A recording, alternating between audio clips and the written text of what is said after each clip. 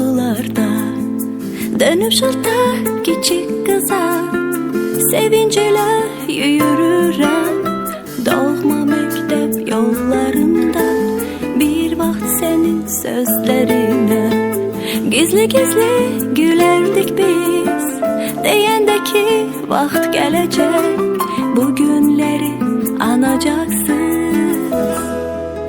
Əziz müəllimim, dediklərin doğruymuş sətir sətir. Nə olar sən o günləri bir canlı geri getir.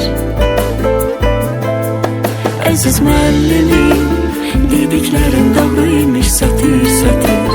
Nə olar sən o günləri bir canlı geri getir.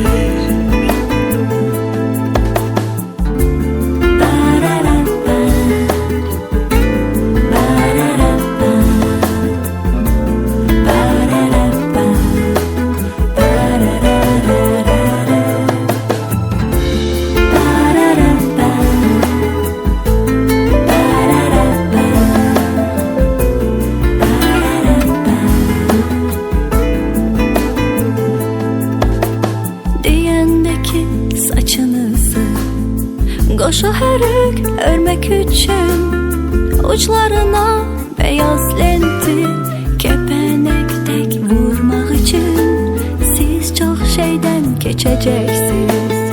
Hələ də sən için alovlanıb yanacaqsınız.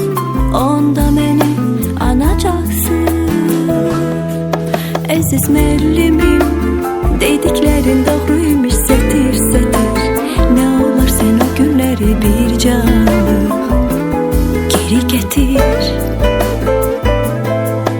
Əziz müəllimim, dediklərin doğruymuş sətir sətir. Nə olar sən o günləri bir canlı